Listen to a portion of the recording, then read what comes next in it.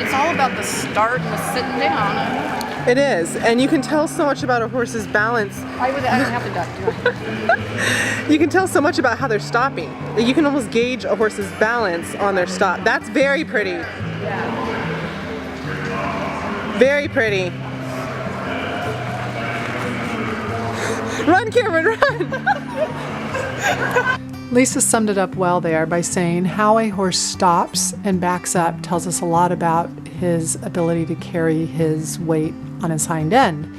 Here you'll see this horse crashes on his front end when he stops. He has not learned to keep his weight on his back end. So we start working him on drills and teaching him how to carry. This is after he'd been worked for about a month or two, and you'll see his stop here. He keeps his weight on his back end. We always start on the ground and we attach the cart once they get it on the ground. Sometimes after you attach that cart, you have to back up and you have to go back to the ground, or even jump out of the cart, leave the cart attached, and start drilling them that way.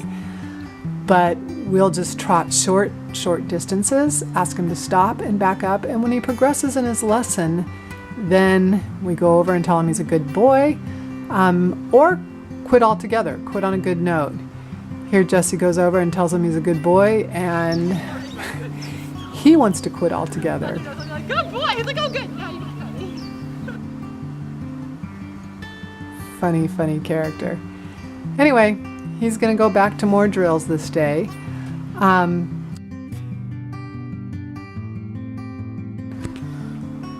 When a horse stops, he should stop in the frame that is perfect for him to start backing up from.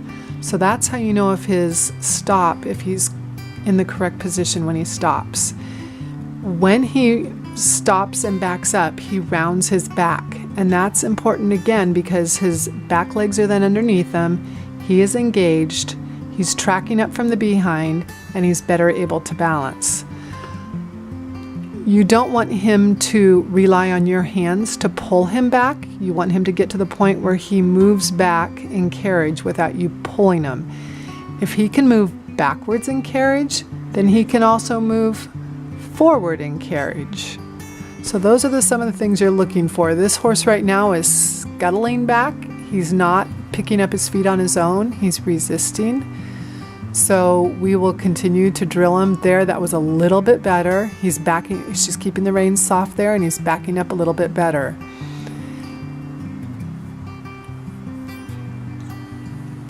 Here she goes again. She's going to ask again here. That was a much better stop. His weight's still not on his hind end. Remember, that stop is your setup for backing.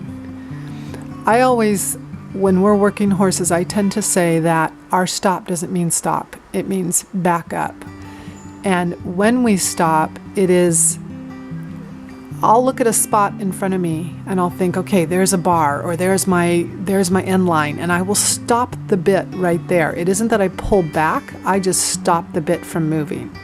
So the horse essentially runs into the bit and then gets off the bit by backing up. But I'm not pulling, I'm making the horse be responsible.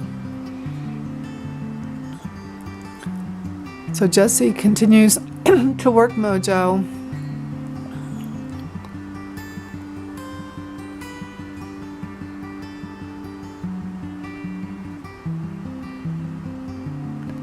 And keeping them relaxed is very important. You don't want a horse uptight. That's going to change their carriage too. So going slow, going back to what the horse knows is important. And we'll give you some footage of him on another day after we've done these drills for a while, and you can see a little bit of improvement. Okay, so he's been with us a couple weeks and we've done a lot of drills, and you'll see where watch his hind end and how he sits a little bit more on his hind end during the stop rather than crashing all his weight on the front end. And he's beginning to back up with a looser rein. We continue to work him on the ground. We got him in the cart, and now we're working him and asking him to stop, and you're going to see his hind end is under him and he doesn't crash any longer with his weight on the front end. And overall, that carriage starts to transfer to the trot. You want to get the stop good with his weight and the backup. There you can see her backing up on a loose rein. So we've gotten somewhere. And the neat thing is now when you start to do just straight trotting like this, you can ask, dressage riders call it a half halt, but it's a brief slowing down of the forward movement, and the hind end can catch up and engage at that point. And so if the horse, you're trotting along and the horse starts to fall apart, just ask for a little bit of a stop, and that hind end goes underneath the horse, and you've got engagement again.